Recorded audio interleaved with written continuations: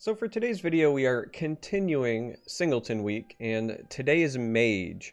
Now, this is the deck list. If you want to pause it, take a look at the list, and then here in a moment, I will scroll down so you can see the other cards. So there's the bottom half. Again, if you can't see some of these, right, it's Dark Rebirth, Excavate, Grizzly Gourmet, Cool Lawkeeper, and Mage's Trick that are kind of hiding behind my portrait. Just like the other videos that are going to be released this week, I am going to put a deck code in the description. Apologies to those that are on mobile and have trouble copy and pasting it. So this one is similar to the sorcerer list, but the big difference here, besides just that you have a different color, right, willpower, but the big difference here is that this kind of took on a support mage feel. Like I added a few supports in, and I added like Cauldron Keeper and Tower Alchemist just to get a little more value from some of the supports. I also added that Excavate. And the big reason that I did that, if I'm being entirely honest, it's not because I think this is the best version of Singleton Mage, but we're not doing this to play the best versions of these. Oh no, we're doing this for fun, and I wanted to play the Mechanical Heart and Mordecai in the same deck for like ultra demoralization, and that also meant playing Excavate to get Mechanical Heart back. And this does have all of the flicker effects for Mordecai, so just like the sorcerer video yesterday, we're hoping to draw Mordecai, play him, and then replay him, replay him, replay him. This is going to be, again, like my traditional deck testing video series. This is going to be 2 games, win or lose. And I am playing these on the ladder. I don't think I want any of these in my opener against Halalu. And so because it's on the ladder, there is a chance that any one of these videos could just go horribly, offensively, horrendously wrong. Did you hear that? And I say this because we are playing into what appears to be aggro Halalu. So the likelihood is pretty high. I'm not going to use an execute on a marked man. I just refuse to do it. So yeah, we're hoping, you know, in these videos, like if I can go 1-1, I think I'm happy, because we are playing Singleton. That's just how I feel. If you want to talk business, you come to the right place. Okay. I see you.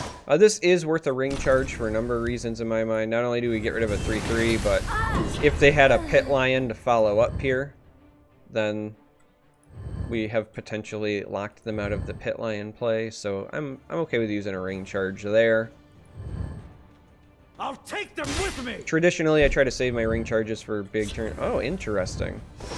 Very, very interesting. Now, Thorana has the potential to be a house against Halalu here if we just start getting free Ice Storms. Talking mud crab, working. Read my lips. Kind of curious what they're sitting on that they didn't like want to play. If you want to talk business, you come to the right place. So they're trying to get this up to being above.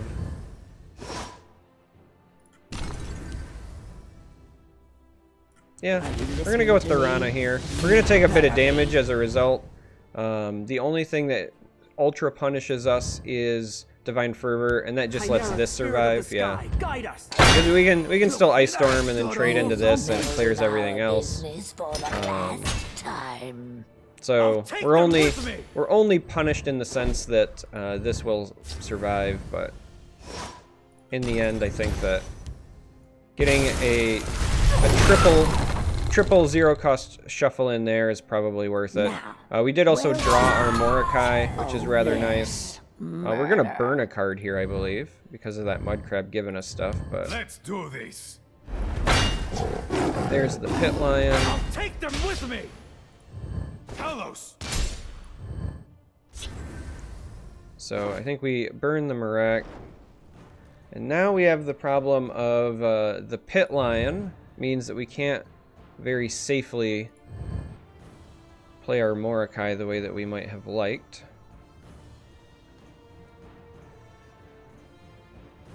We're 1 mana shy of what I would really like to do, which would be an Iron into a Mage's Trick and an Execute.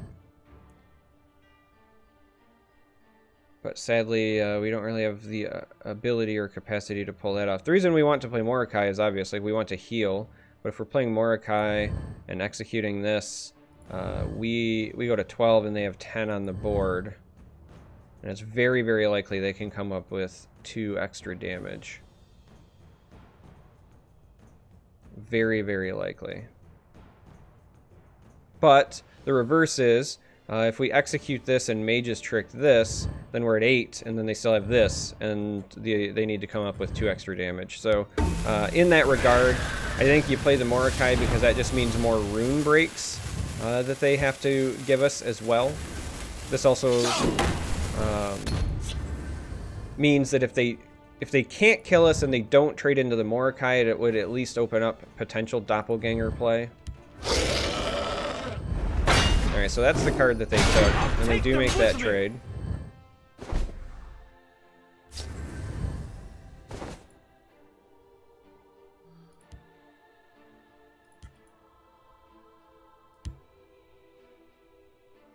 So we could Iron and Mage's Trick now. Does that actually help us though? Is the real question. Iron and Mage's Trick only puts us at 9.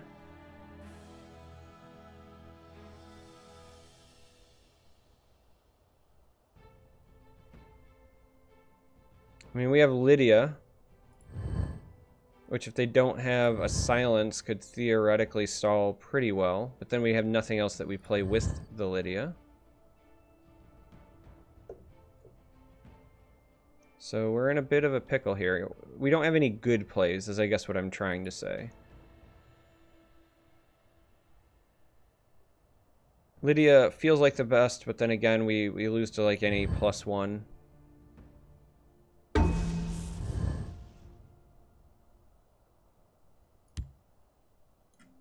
Otherwise, we are waiting on...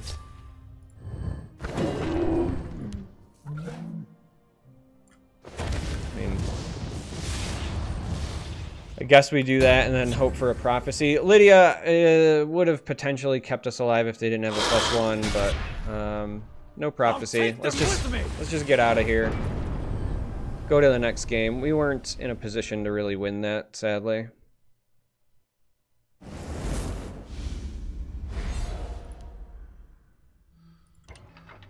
Weren't really in a good position. Turns out Pit Lion's a pretty good card. Oh.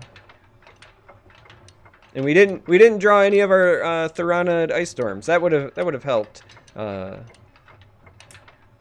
luck though. That's okay. All right, so here we go for game 2 with our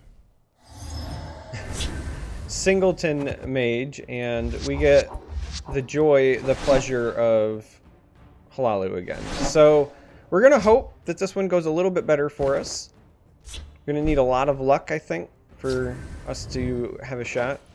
We have some good like early mitigation tools, but unfortunately, without the ring, training is over. Our opponent's gonna get to kind of have their way with us up until they become available. Oh, how I wish I could play Grizzly Gourmet this turn.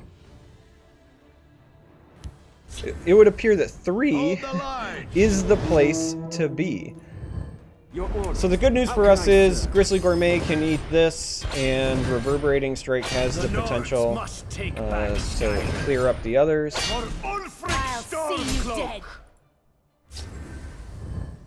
So we are going to go ahead and take the Grizzly Gourmet. We're going to place it here because if they just ignore this and allow me to make the trade, then Reverberating Strike will hit them. Stormcloak can get traded in by the Gourmet, potentially. Now, the downside is that because we're Singleton, we don't, have a high chance of just running into... let's do this, actually. Ice Storm, but now our plans have changed a bit. Now we can potentially trade and then just Mage's Trick. Save the strike.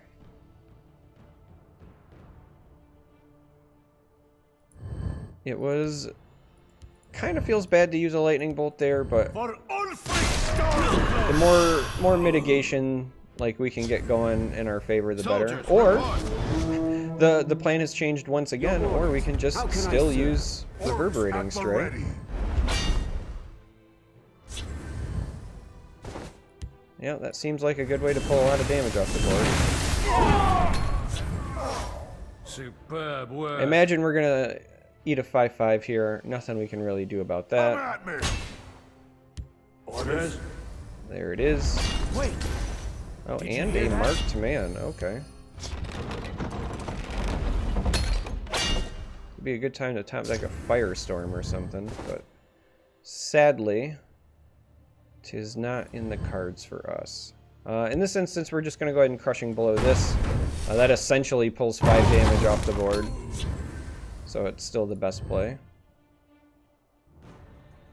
Chimeric spirit of the sky, Divine Fervor, not ideal, but never really ideal for decks like ours.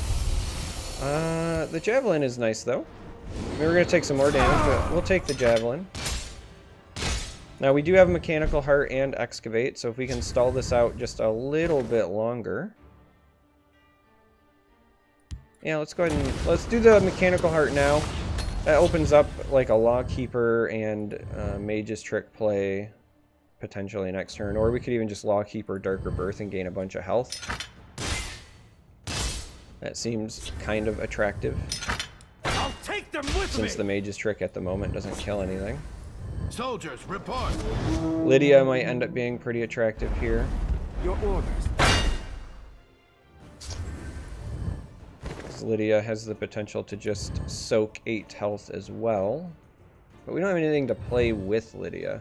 The problem is that Lydia means they have to like crash things into it. So like they would lose, you know, potentially 3 creatures. Well, I suppose they could just get away with 2. They could use the grunt, and this.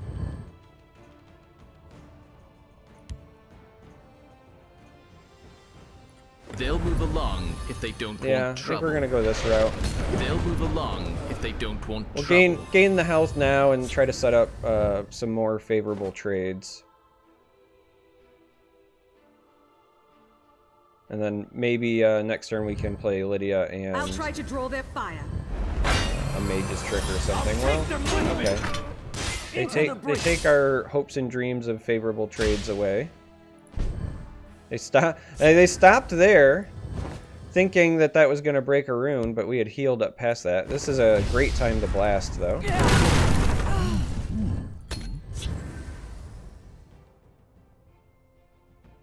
Kind of wish that we didn't leave one of the 4 attack creatures alive, but nothing we can do. And as much as I want to get Goldbrand active, we don't want them cracking our Mechanical Heart quite yet, and we want to be in a position where we can Cauldron Keeper at some point. So I think what we're going to do is instead do this, and then Mage's Trick here so that this has to potentially die as well. Gives us a little bit more health. This might be nice next turn to pair with a Goldbrand, though. We actually might stabilize here, unlike the other game against Talalu. We are on the cusp of just having enough. I'll take them with me. I hear an Alright. Alright, yeah, that works out pretty well for us. We're gonna go ahead and drop the Bruma and the Goldbrand, I think, this turn.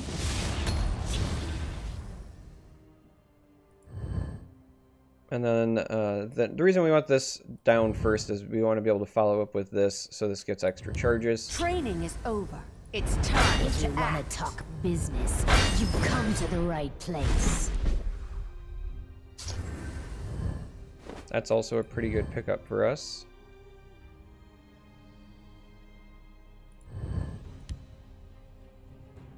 So we're going to go ahead and do this.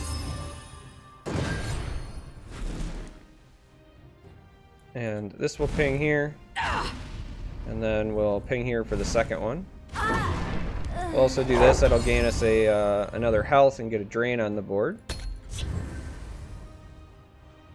Now the downside is if they have something that like floods the board, by leaving this up, it would have given them buffs. But hey, we stabilized. We did it. So, you know, the downside is today's video, no big flashy Singleton plays. It's not like the sorcerer video where we had Mordecai and then Mordecai and then more of Mordecai.